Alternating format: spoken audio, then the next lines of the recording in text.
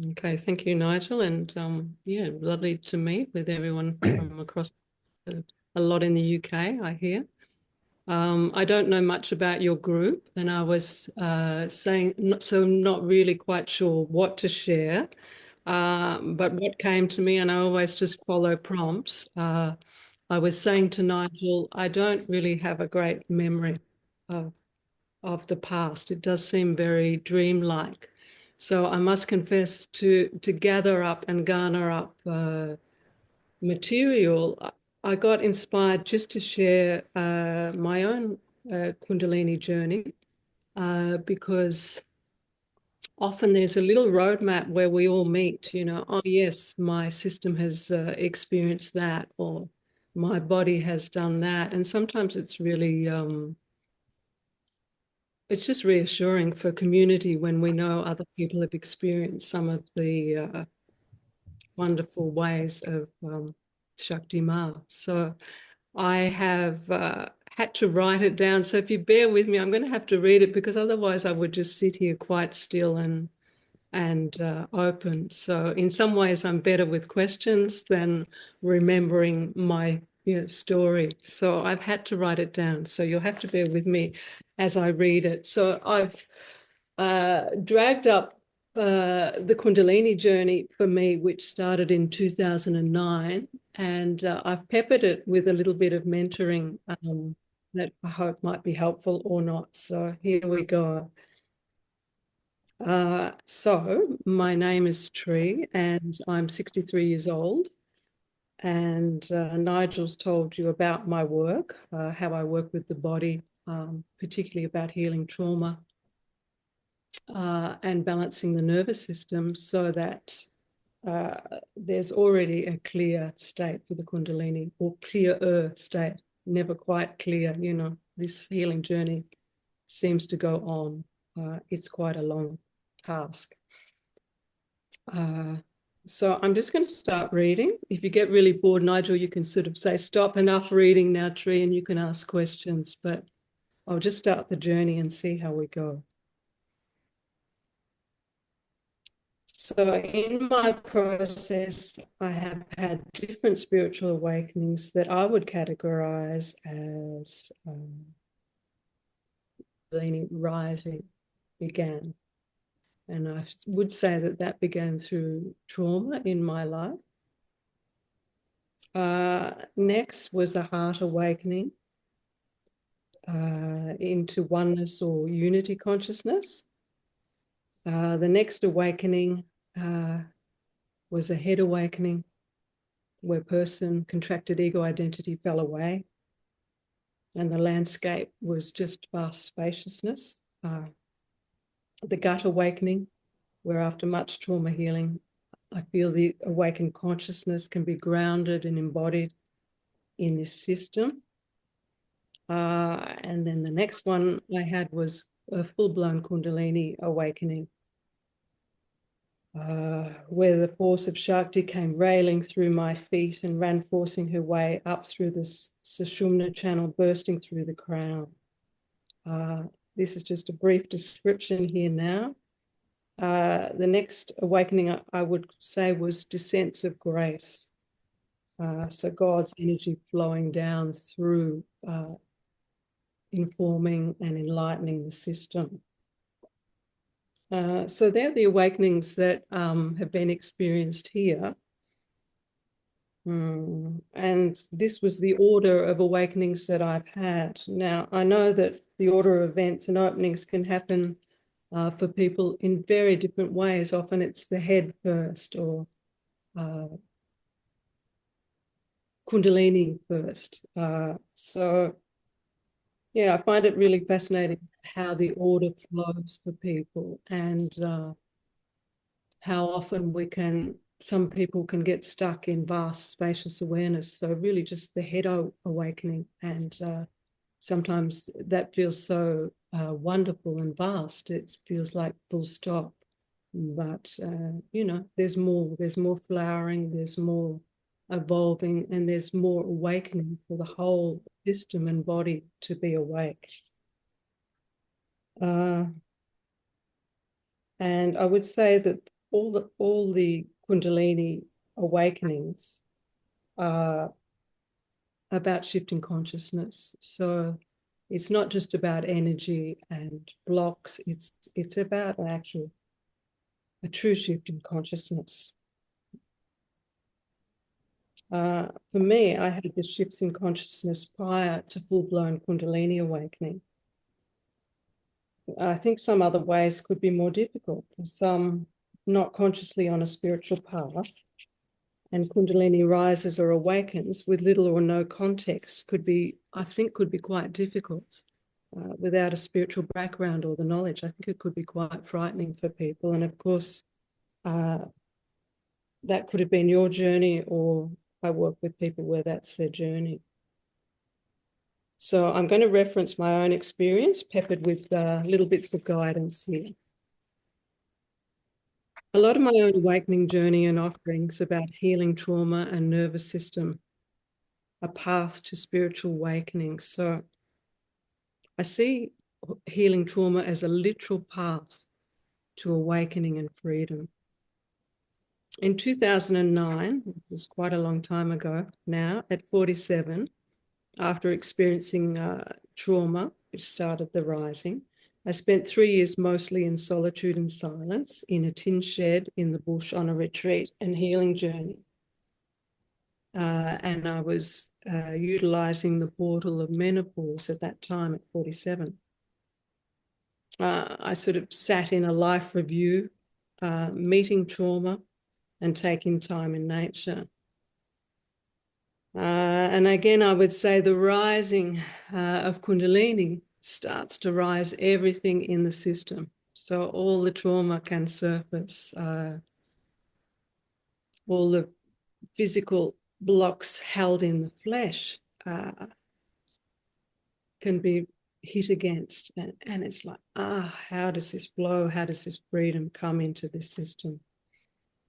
So for me, I'd say that time in the tin shed that I called a cave was a spiritual emergence. And I forget about this when I have spoken to people. I forget about the intensity and the rawness and the difficulty of this episode.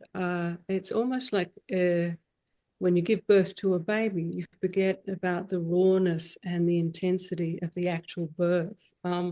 So I haven't addressed this before. I haven't remembered this part before. I've just remembered the glow of the awakenings and the bliss. But this early stage was super intense and ungrounded.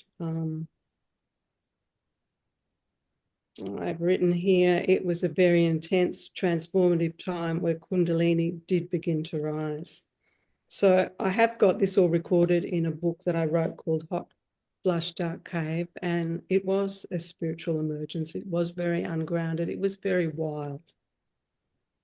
The landscape of past trauma surfacing here was very intense, and I've written here raw and ungrounding, and I'd say they were the feelings. I just seemed to follow intuition and synchronicity, but in quite a wild way during that time. Kundalini began to rise for me at this stage, and there was a spiraling in the spine, and it was just really mild and enjoyable. And I thought, oh, isn't this lovely? This feeling of Kundalini, not knowing what's to come. But at that point, the physical symptoms were really lovely, sweet. The intensity, however, came from an expansion in seeing and hearing the subtle world for me. So spirit guides made themselves visible and moved in with me into the shed, supporting and performing healing ceremony on me. There was a memory and a visitation into this life of a past life. And it was like there was no time. It was like this Jivatma,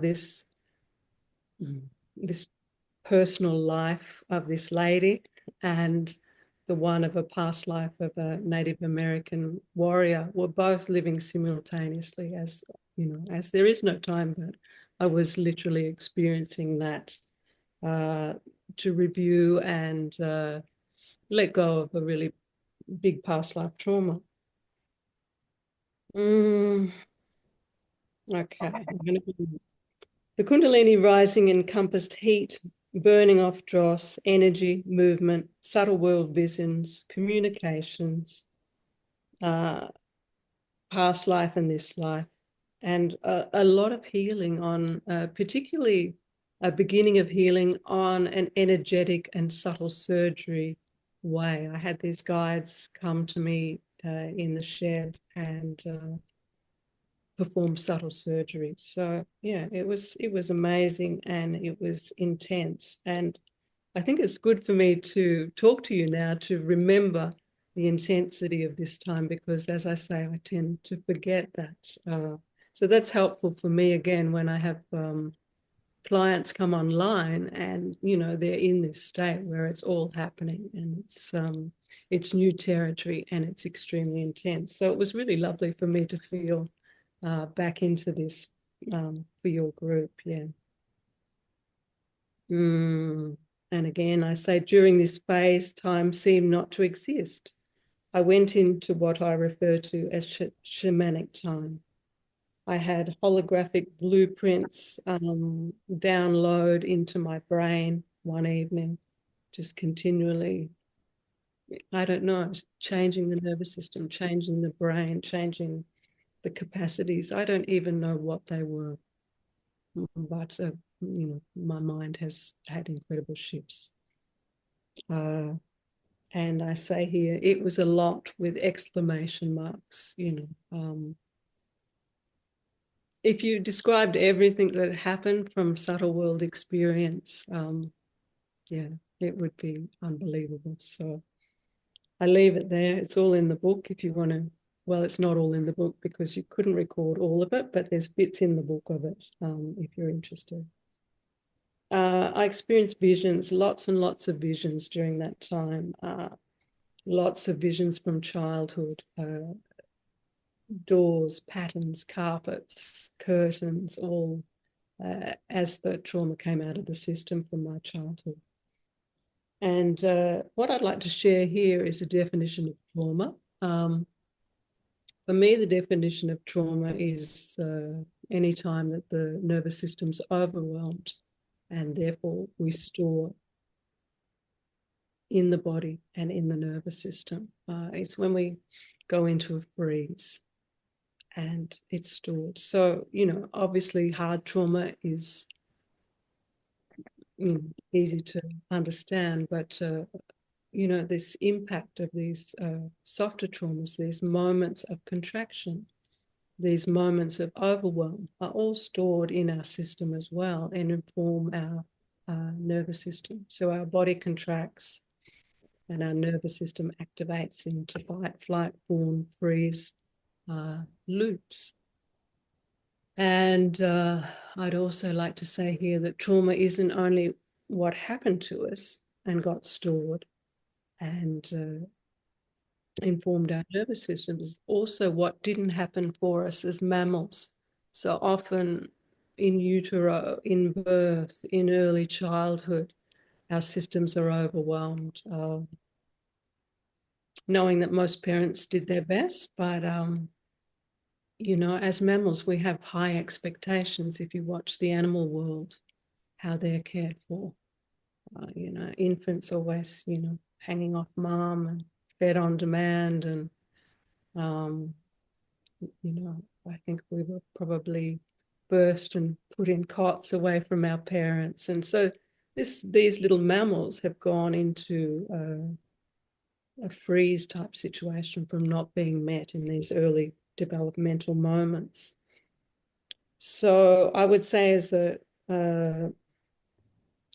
human species, yeah, trauma is a really prevalent driving force of how we are in the world and almost how crazy the world is today. So this healing trauma and finding freedom, I feel a few people were mentioning in the beginning while we were chatting, the state of the world. And I feel like the state of the world can really only improve through each Jivatma, each individual soul experiencing this awakening process, so that we know that there are no others, that we all are one. And how could we hurt someone, or how could we be greedy around someone that needs something, because there is only one. So yeah, I feel like the journey we're all on is spreading, thank goodness. And yeah, okay, back to the story. Okay, I also, during the end of that 3-year stint in the shed cave, I experienced visions of my body being dismembered, and it sat at the end of my bed in a rubbish bin, all bloodied and sort of stumps hither and thither. It was quite the vision. And I ended up with chronic fatigue. And again, understanding nervous system and trauma, I feel chronic fatigue is a shutdown of the system, a total freeze. So just a total overwhelm and shutdown. And I have since heard from some Buddhist friends that yes, this dismemberment is a thing.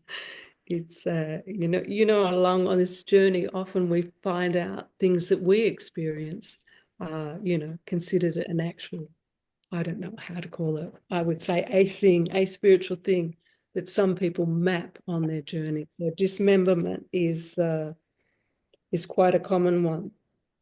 I lay in the bed with chronic fatigue, and I was told by Source to surrender. And so I did. I just laid and surrendered, just looking very detached from my body at the end of my bed. That went on for quite a while, but I obviously did get up out of that. I'd like to say here, if my husband was not spiritually informed, I may have been diagnosed and sent to a mental institution during this process. It was very unruly, very unworldly. Instead, being in this family with understanding of spiritual matters and the subtle world, with help from spirit guides, I healed past life trauma, began to heal this life's trauma, and experienced my first awakening into oneness and unity consciousness. So I have added a disclaimer here. I never felt that, although it was ungrounded and I was in contact with the subtle realm, I always felt it was okay. It was a process. It was a spiritual process that I was going through. But I'd like to say too, it is possible to have Kundalini awakening and mental health issues at the same time. So that can also be a thing. So it's important to be aware if the directives from spirit are benevolent or not.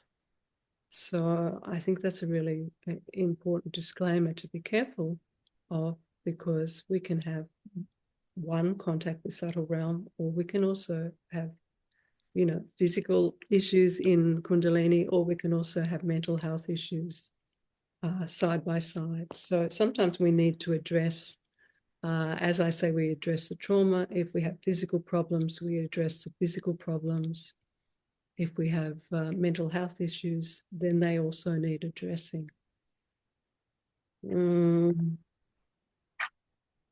So I go on. Although we are ultimately not the person, healing trauma from this life, past life, in utero, intergeneration, all contributes to freedom. And these are sort of my ways of helping people come to a more enlightened state. So my experience is enlightenment is achieved not by bypassing the body, but literally going into the body, releasing trauma and healing the nervous system. Because a nervous system in a loop of activation, so fight, flight, fawn, and freeze, makes the ego identity contracted and loud, and it obscures the perfection of our underlying state, just that natural beingness. So as we all know, that awake state, that God consciousness, pure consciousness, whatever words we use for it, and we all use different terms, that's here, as we know, in all of us.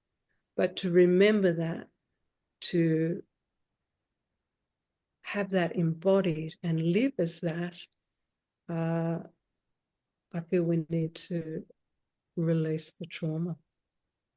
Because otherwise we can also have vast, spacious head awakenings, or we can have heart awakenings, so we can have any of these awakenings, but we're still often triggered back into that crystallized ego identity shell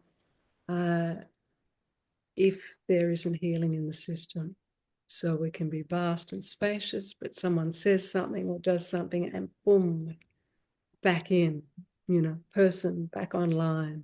So I think trauma healing is really important before, during, and after awakening. So yeah, that's a bit of my catchphrase.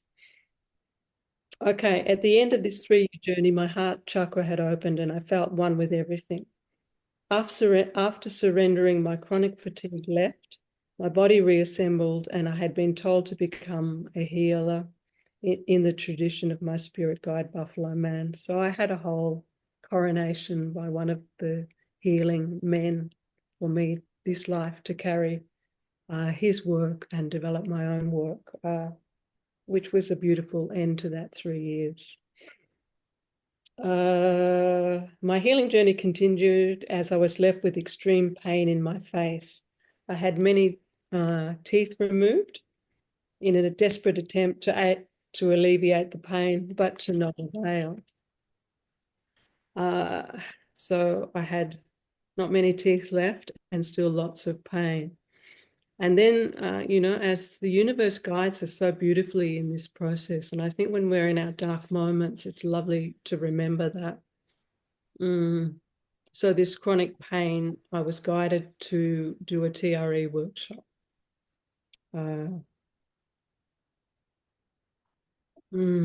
Yeah, and again, I say we're guided and supported by this impulse for transformation. And I really feel like the universe does guide and support us. We might get a book, we might get a suggestion, we might get a person, nature. We're often and always held, and it's lovely to remember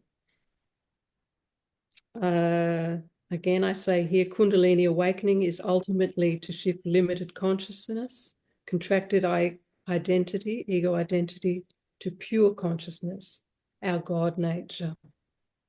And so TRE is a modality of trauma and tension release exercises, and that's devised by David Baselli. And I would say that TRE can also be an active process towards awakening. I believe in this process so much. So I attended a 1-weekend workshop where I learned how to allow my body's natural release mechanism to shake off contraction, release trauma, and it does ultimately heal the nervous system. So TRE is a technique to safely evoke the body's spontaneous movement, shaking muscle contraction and unwinding fascia, releasing trauma, tension stored in the body and nervous system. So everything that's ever happened to us is stored in the flesh, in the muscle, the fascia, and it's also stored in the nervous system. Talk therapy can be helpful, but ultimately trauma is in the body and in the nervous system. And so my gist on this is we need to work with the body, we need to work with the nervous system to heal. Mm. I feel like TRE can also be helpful for those going through Kundalini awakening, as it can assist you in becoming comfortable with the spontaneous movements. So in TRE, we can stop and start the spontaneous release. I know in my Kundalini, I couldn't stop or start anything.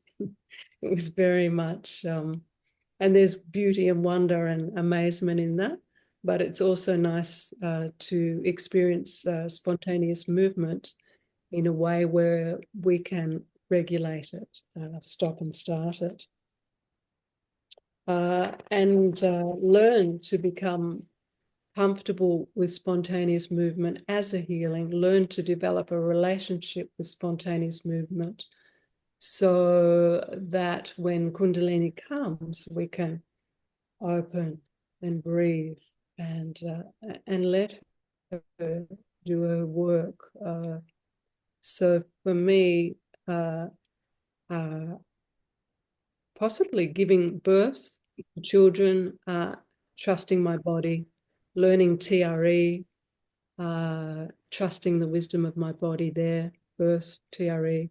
And then when Kundalini started to rev up and come through, for me, I felt very lucky because there was this whole trust in this body and its wisdom. Okay, I'll go on. With ongoing use of TRE, the nervous system comes out of activated loop of fight, flight, fawn, freeze. It comes back down eventually, the nervous system heals into one of resilient nature and a beautiful baseline state. So if something happens to us, obviously our system can go into fight or flight, or will form, or our system will freeze. Now, we don't choose that. The system chooses it, and it's wise, it's wisdom, it's to help us in a difficult situation.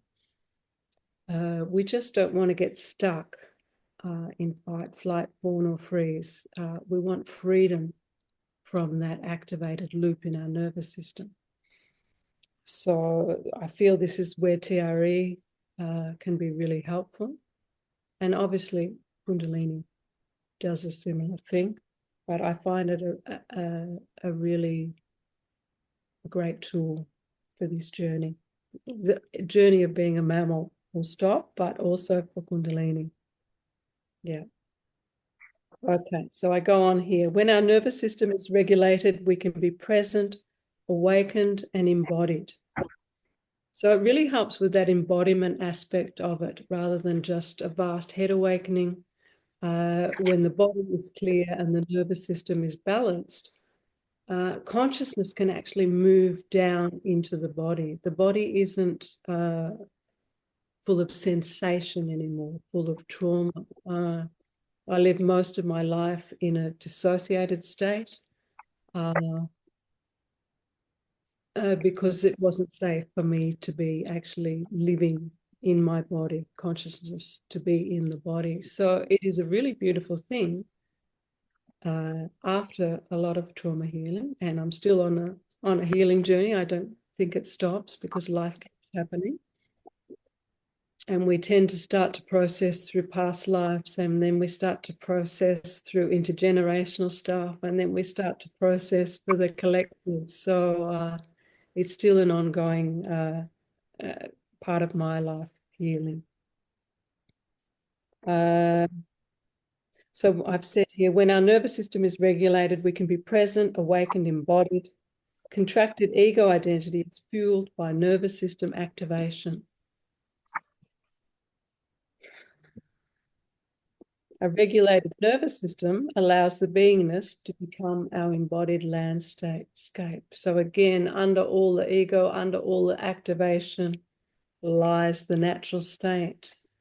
How do we access it? How do we become that? How do we surrender and let go into that? And again, for me, it's trauma healing and nervous system work.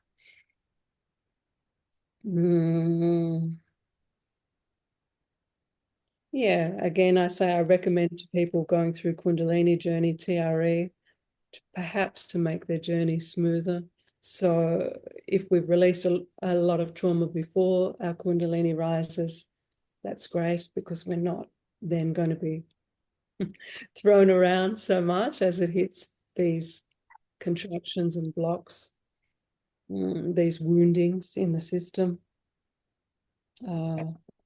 So I started TR 2014, and I still maintain a regular practice as maintenance, and it's a beautiful relationship with the body as I try, and I don't move often, to take time to sit and allow Kundalini to do some of her work still. If I can find the time, I'll sit and just allow.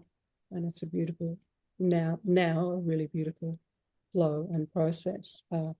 It's happening all the time, but sometimes it's nice to take the time to sit with it. Sometimes it's nice to do TRE and let the body spontaneously release. So again, spending time and space with the body and having a relationship with this physical body. And I'd say here, the physical body and being on planet Earth, what an opportunity to have this incarnation for awakening. Often the body's written off because, consciousness is, the body is in consciousness. But for me, it's a great tool. The body is a great tool for awakening. Okay, I'm going to go on. In 2015, I had a profound shift in consciousness while watching Muji. I don't know if you know Muji, the spiritual teacher on the net. He said, you are not this, you are that. And in a sudden remembering, my consciousness shifted and person fell away. I experienced myself as pure consciousness for a 9-month period. There was no thought, a sense of vastness, quite vast and dry, but there was also the tapping into the already open heart. So there was also bubbling of bliss and joy. So I feel like there were 2 sectors of the body in this more awake state. Yeah, I call it the dry perfection of transcendence. The head awakening. And that went on for 9 months, and I was pretty non-functional, just mainly staring at the floor in bliss. Not much happened. There was nothing happening. It was just a beautiful, vast experience. What brought me out of that and into a gut awakening was one night I had an event that precipitated the gut awakening after this 9 months. Not sure if it was a universal experience or memories of my soul's incarnations, but I experienced myself as everything in the universe: the rocks, the trees, the birds, the animals, the rivers, the oceans, the mountains, and the humans, masses of humans. And I not only saw them, but again, it was sort of like that download of coming into my system. I experienced the human's projections, dreams, desires, and suffering. It was quite a night. Human perpetration of violence, and so both enacting violence and also receiving violence. This experience was both beautiful and horrific, and its impact was one that awoke my human nature. I remembered I had a name, a body, work, a family. I remembered that there was this human life, that there was that living through this. And I often talk about, after awakening, the body becoming the hollow bone.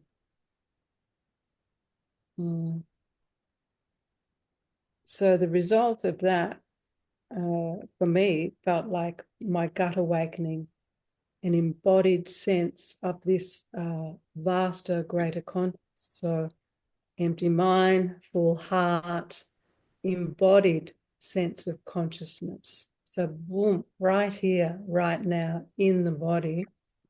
And the gut region, is sort of power, but with all these conversions and transformations, the gut becomes like a powerful, I'm going to have to do it because I'm a visual person, center of like source energy emanating out of the belly. So no longer personal power or ego driving, but following prompts and becoming the hollow bone. How am I going for time, Nish? Am I okay to keep going? Well, I feel like I could keep listening to you very happily. So I don't know. Yeah. Yeah, I'm getting up there and I can go a bit quicker. Yeah. So I feel really embodiment can only occur when the body is relieved of trauma. So as I said before I lived in dissociation because it was comfortable out here. It was never comfortable in my body, which was full of a soup of sensation, driven by a dysregulated nervous system and contraction in my body. So in 2016, going on, I had a full-blown Kundalini awakening when I walked towards the entrance of a sacred site, an ashram. And I'm sort of happy to talk about sacred sites and the power that not only a physical master or a guru can have on you, but also, teachers or people with transmission. But the site itself, sacred sites can be, and some people in the group may have had a full awakening from just stepping onto sacred soil. Uh, uh, I've had people walking across the front lawn here at, we call our place Mare Farm Healing and Awakening Centre. And I have had people walk across the front lawn and combust into full-blown Kundalini awakenings. So the beauty of sacred site, what spirit life dwells here, what support do we have, again, for our transformation. But sacred sites, can be very powerful. So I was visiting an ashram and the energy of creation, and you have probably all experienced it if you're sitting in this group.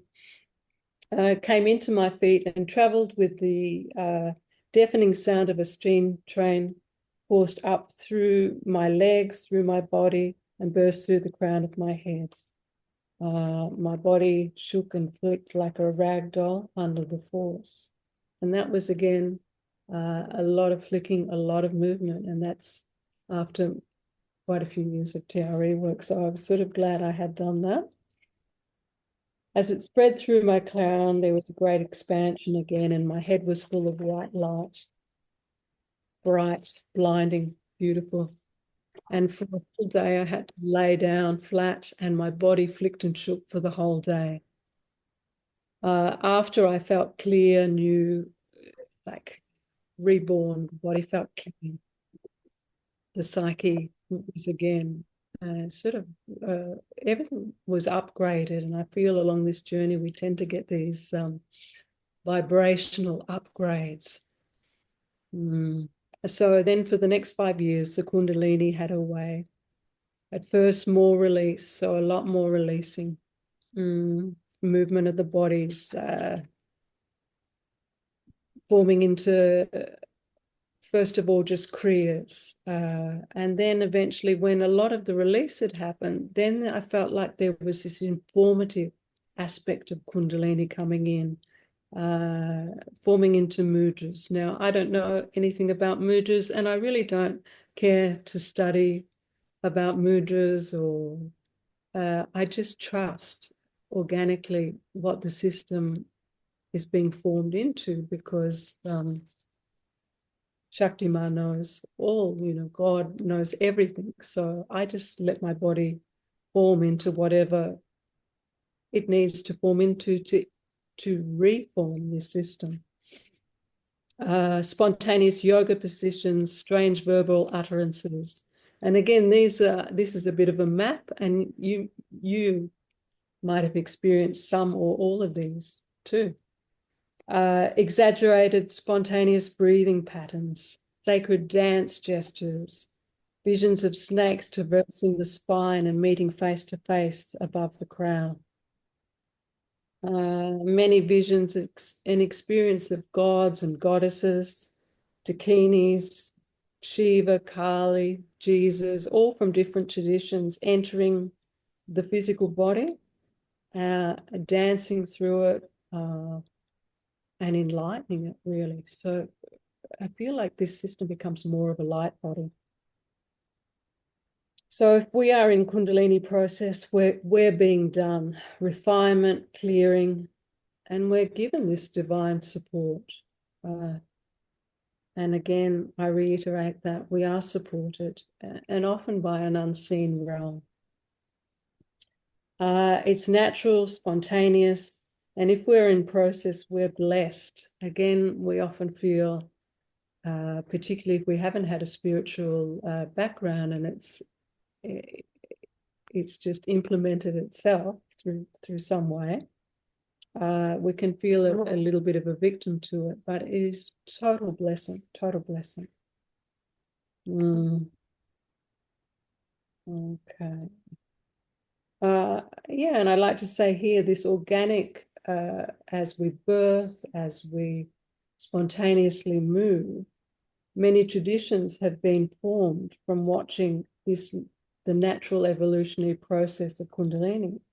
So from the outside in, there's been formed breath work, been formed yoga, there's been formed sacred dances, chanting Om, all off this spontaneous organic process of Kundalini. There's been whole methods made up.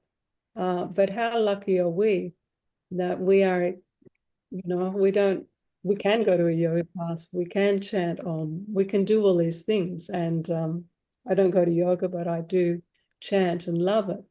But our body is experiencing this, our system is experiencing this organically and tailor-made for our system. So the mudras that my body needed to form, or the sacred dances that mine were made to do, would be different from what your Jivatma needs. So how lucky are we to have such a tailor-made process?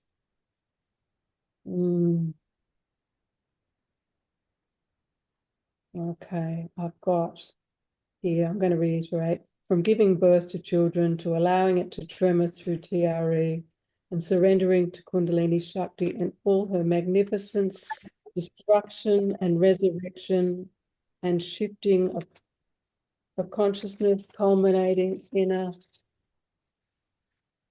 series of beautiful awakenings. And the last one I'd like to mention, so I'm on the last page here, is the descents of grace. So this is the last, what I would call awakening sort of experiences, were descents of grace, and downloaded again into this system. And it's like the body changes, the nervous system changes, everything changes with the release and then the descent, so informing the system. And again, I experienced descents of grace in two separate occasions in 2016. And again, it was a massive thing for the body to have put into it. It's like God entering the system. So my body went into incredible spontaneous breath work to try and absorb this pure. It was more than pure consciousness. I would refer to it as God energy, and I apologize to people that I didn't have a religious background, so I really love the word God, but I understand you can swap it out if you've had a bad experience with that word. But for me, the fullness of that love and bliss informing the system was a massive input for me.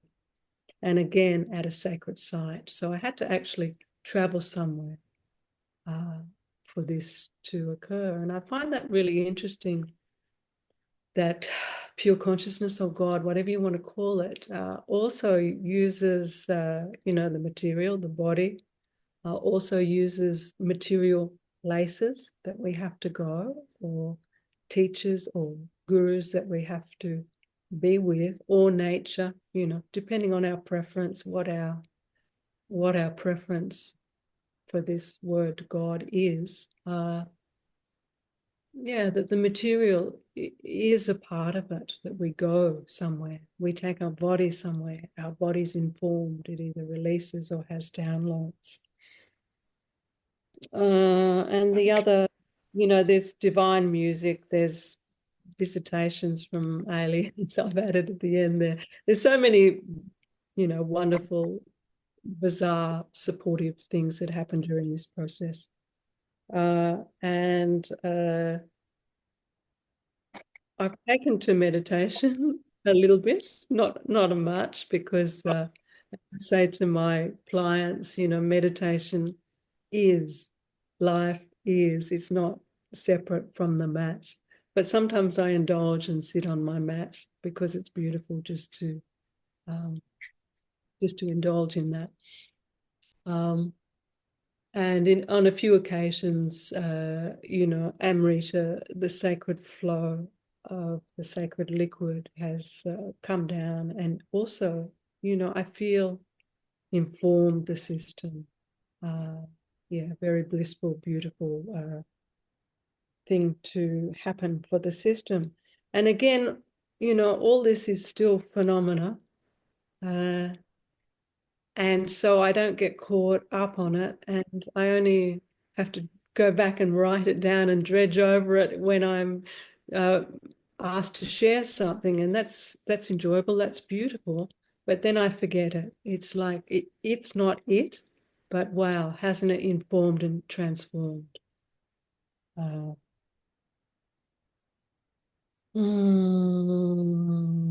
So I'd say at the end of that, the journey at times can be intense, raw, and difficult. But if you can trust it and surrender, the results can be profound shifts in consciousness, and eventually, a grounded, unparalleled sense of presence that then seems to get put into service. So again, it's not the person being in service. It's like the hollow bone just being an instrument, grounded, embodied, following the prompts in service. And that's a beautiful way to live. It's very beautiful. So no longer driven by the ego identity, but more in a flow, following prompts from the universe, a hollow bone. And that's the end of that. And here we are.